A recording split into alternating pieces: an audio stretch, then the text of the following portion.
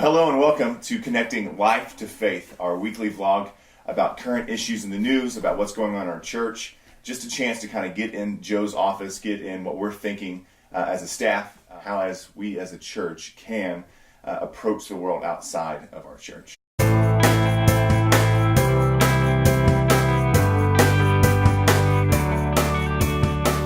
So this morning, guys, I really want to talk about a hot button issue. I say hot button. Oh, great.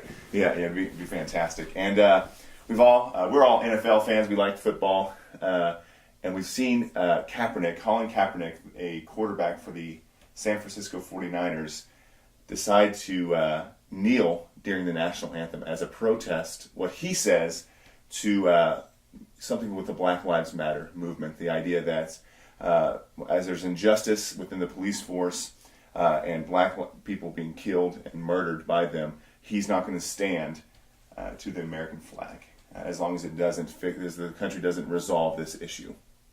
So maybe some thoughts, and then I want to get to how the church should respond to this. So what's your initial thoughts on this?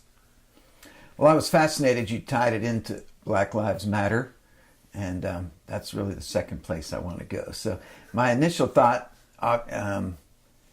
it appears that it's a disrespect of the American flag. The United States is the greatest country. Do we have flaws? Was there slavery at the beginning of our history? Absolutely.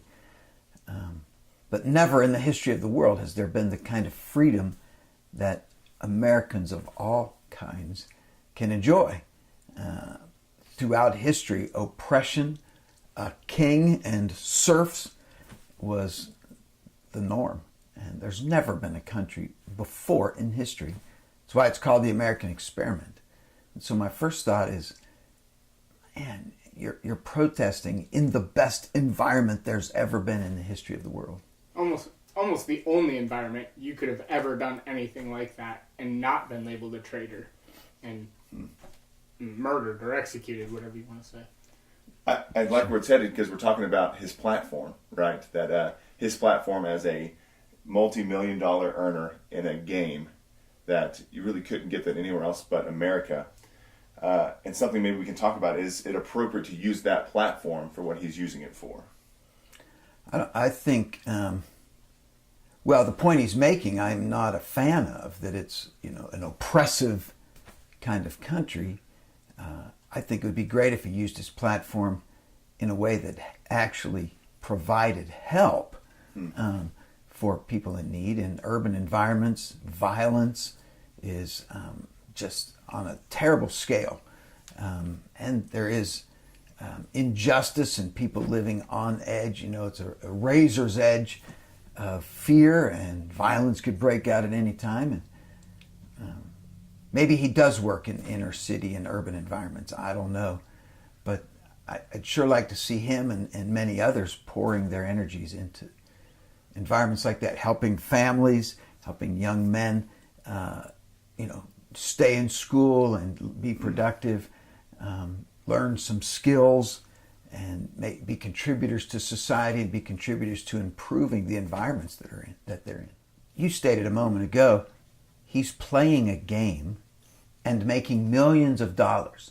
There's not another place on the planet, there's never been a time in history that anyone, a person of any color, the majority color or a minority color of skin, could be paid to play a game and entertain people. That's not an oppressive environment.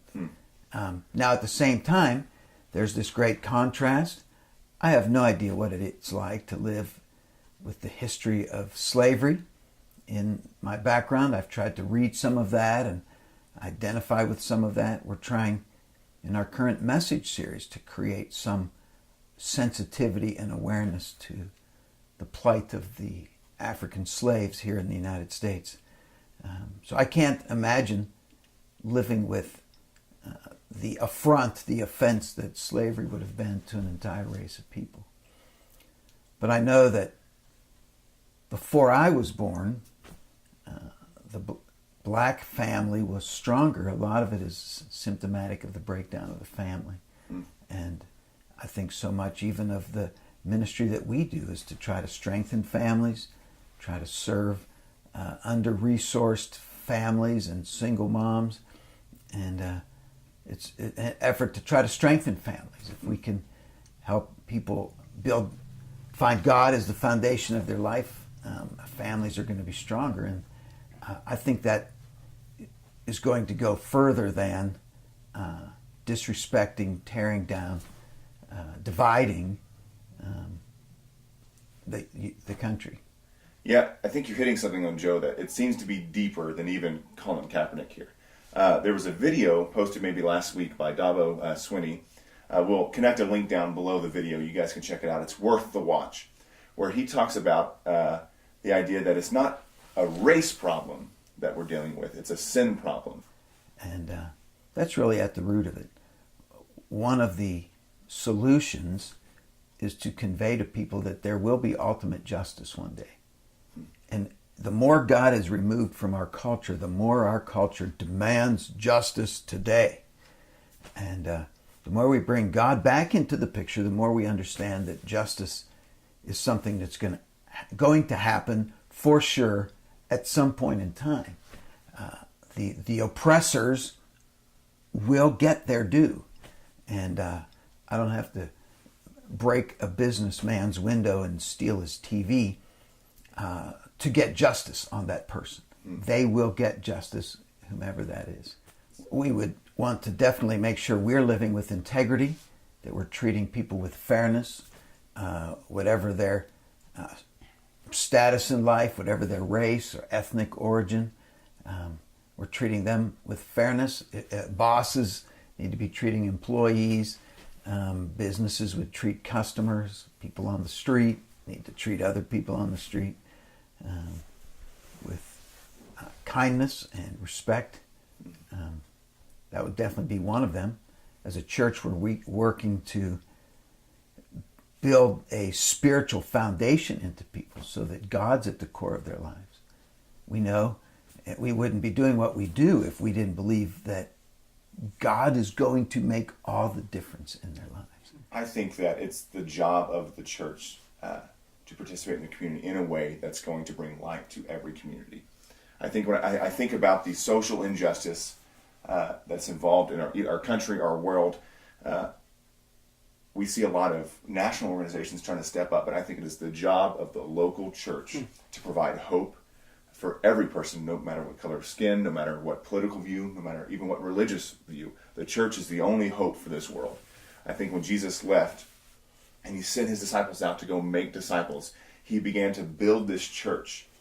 And that's the answer, right? That's the answer to race issues, to violence issues, to poverty, to any kind of social issue we're talking about. Without the church, where would the world be? You know, the church is responsible for the people, right? We're supposed to be the salt of the earth, the light on the hill, as Matthew says. And I worry to think the state of the church, especially in urban environments, the churches are leaving or fleeing. And so, yes, I think we have a responsibility to our community, to Lynn County, and to the world.